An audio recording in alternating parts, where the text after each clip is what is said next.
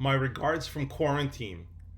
Because we landed in Toronto from a foreign country, we are required by law to enter now into a 14-day quarantine period, which we dutifully did by being whisked away from the airport to our home, then leaving us to figure out how to get food deliveries in a time when everyone wants their food delivered to their home. Thankfully, it has all worked out. Our biggest worry now is not having a gym to go to and having too much food in the house.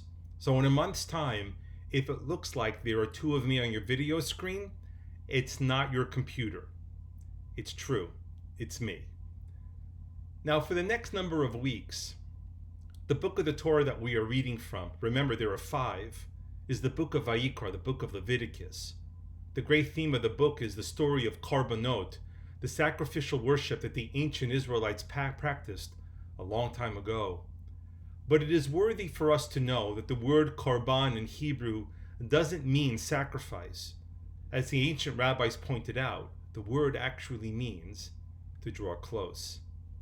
And as a child, in accordance with the long-standing Jewish traditions, the first religious texts that I were taught were the laws of the karbanot, the laws of these sacrifices.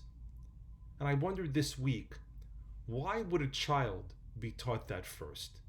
Laws about sin offerings and peace offerings and thanksgiving offerings. Why not some great ethical teachings?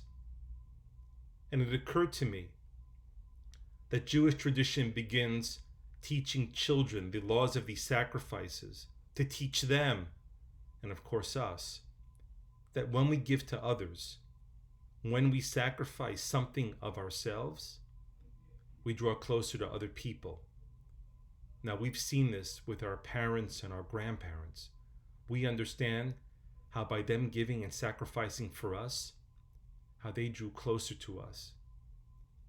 Now, as the news worsens daily on the toll this virus is taking on us both individually and collectively, as the counts of the ill and the dead mount, and the economic toll this is taking on the lives of many, many millions of people who before this were living paycheck to paycheck, of the people who cut lawns and clean homes, and they stock store shelves and they deliver food. Please think of them and be considerate where you can, which is to say that there are all kinds of victims to be found in this very horrible moment. Of the many things I hope that will come from this, maybe first should be to appreciate the sacrifices that so many are making to keep us healthy and safe and fed and clean. And as they go and support their families, that sacrifice draws us all closer. So be sure to say thank you and smile, and then to appreciate what we can all do to draw closer to each other. Because after all we've been through in these past few weeks, is there anything else that really matters other than to be close?